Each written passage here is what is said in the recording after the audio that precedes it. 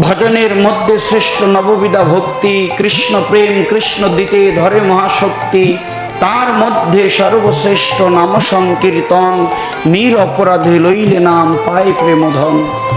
বলছে নববিধা যে ভক্তি রয়েছে, এই নববিধা ভক্তির মধ্যে শ্রেষ্ঠ ভক্তি হচ্ছে নাম সংকীর্তন। প্রথমে বললেন শ্রবণ, তারপরে বললেন কীর্তন। তাইলে এই যে শ্রবণ এবং কীর্তন, এটা কোথা থেকে আসে? সাধুসঙ্গ থেকে আসে। সাধুসঙ্গে বসে ভাগবত কথা হরিকথা শ্রবণ করা এবং সাধুসঙ্গে বসে কৃষ্ণ নাম সংকীর্তন করা। বলছে এর মাধ্যমে কি হয়? মহাজন বললেন অনর্থ নিবর্তন হয়। সাধুসঙ্গ হইতে হয় শ্রবণ কীর্তন, শ্রবণ কীর্তন হইতে অনর্থ নিবর্তন। কি হয় গো মা? অনর্থ নিবর্তন। কৃষ্ণকে না ডাকাই অনর্থ, ভগবত ভজন না করাটাই অনর্থ। বলছে হরি হরি বিফলে জনম গোয়াইনু, মনুষ্য জনম পাইয়া রাধা কৃষ্ণ না ভজিয়া, জানিয়া শুনিয়া বিষ খাইনু।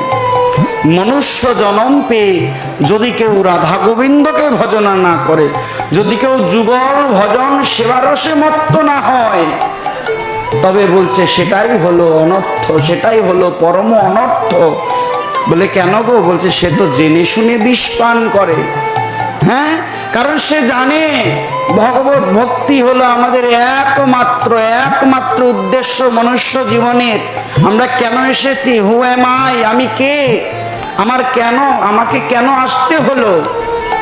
আমি কি সারা জীবন এভাবেই থাকবো? পুনরপি জননম পুনরপি মরণম পুনরপি জননী জঠরে শয়নম। আমি কি পুনরায় জন্ম আসবো? পুনরায় মায়ের জঠরে জননী জঠর জ্বালা সহ্য করব? তাহলে কেন আমাকে আসতে হলো? আমার আসার উদ্দেশ্য কি? আর এসেছি যখন 84 লক্ষ জনে ভ্রমণ করব, এখানেই থেকে যাব, আমাকে কি ভগবানের কাছে প্রত্যাবর্তন করতে হবে না? বলছে তার জন্য চাই আত্মসমর্পণ, completely surrender to lotus feet of supreme personality godhead. সম্পূর্ণরূপে ভগবানের চরণে আত্মসমর্পণ। কেউ যদি সম্পূর্ণরূপে ভগবানের চরণে আত্মসমর্পণ করতে পারে, বলছে তবেই তার অনর্থ নিবর্তন হয়, তবেই তার অনর্থ নিবর্তন হয়, এর পূর্বে নয়। আপনি সংসার করে জ্বলে পুড়ে মরছেন, শুধু সংসার বিষয় বাসনা কামে মত্ত হয়ে সন্তান সন্ততি লালন পালন, এটাই যদি জীবনের পরম উদ্দেশ্য হয়, মহাজন বলছেন কিছু নয়। বলছে মনুষ্য জীবনের যে প্রকৃত উদ্দেশ্য